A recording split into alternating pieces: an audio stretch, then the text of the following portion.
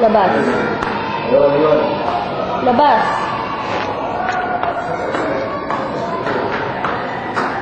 Eh, kasi may isang ban ng mga ako, dalawang tayo. Kaya ng bagay po, ika, malaya.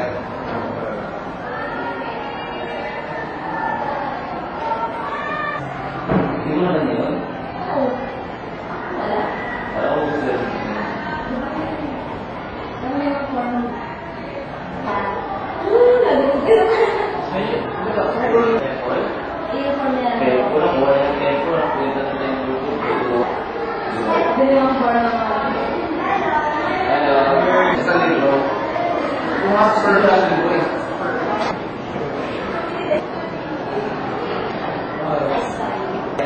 Kung mas maganda dito.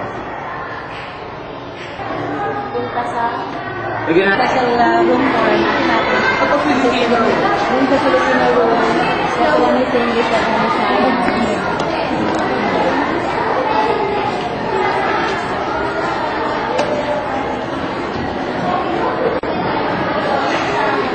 Kaya nga hindi ko pwedeng pull out. So ngayon, pinag-out ko na mas yung mix. Miss, in one class, how many minutes? 46. Morning ako.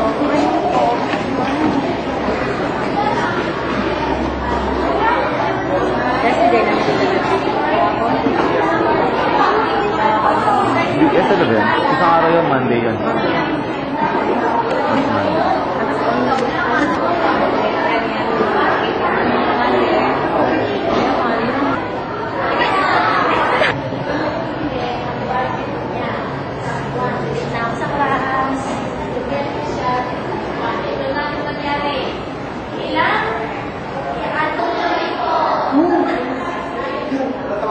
We got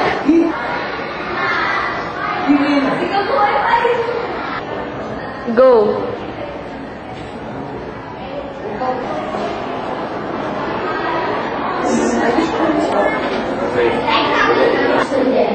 Help us to learn our lessons very well. We ask all of this in the name of our Lord Jesus Christ. Amen. Morning. Earth is flowing west, and he that looks at God, I rejoice in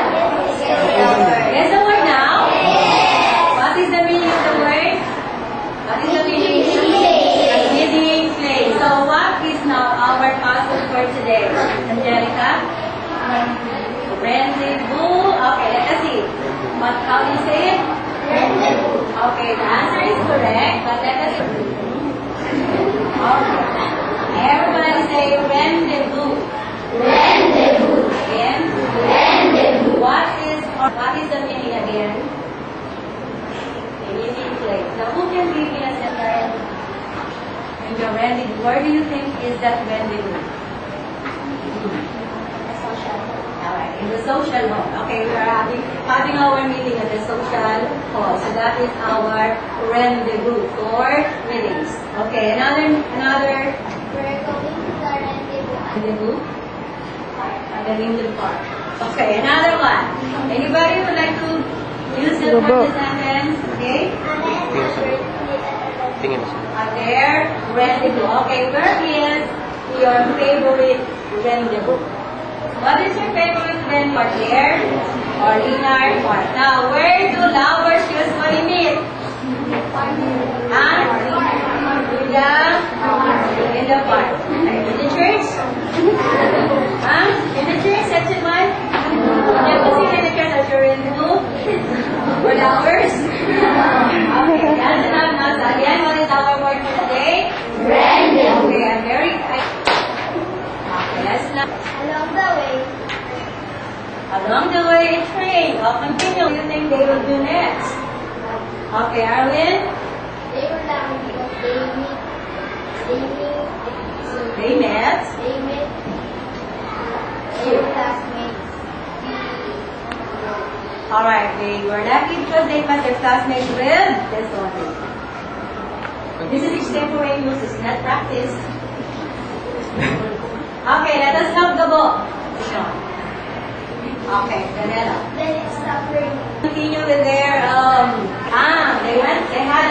they had a picnic. And then okay, let's close it now. Let's put an end. Let's put an end now to our story. And They went home.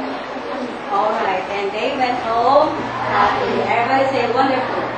Wonderful. Okay, very good.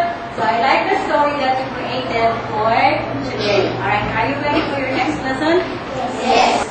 Okay, let's go to the second part of speech, and that is the pronoun. Okay, let us see if you still remember what are pronouns. What are pronouns? Anybody? Oh, this is not a lesson. Pronouns.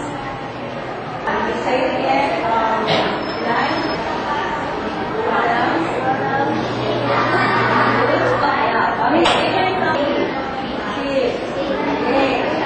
Okay, pronouns that you will learn when you are in the break. This is just a review. This is not my lesson yet. Okay, go, faster.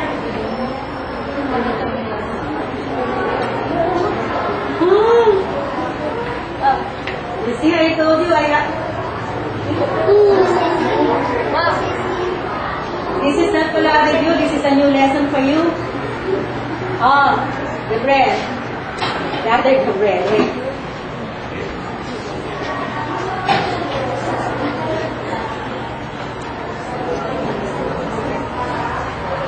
Next.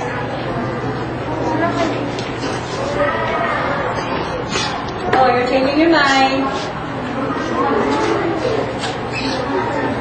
Oh, next. Goodbye, Toos.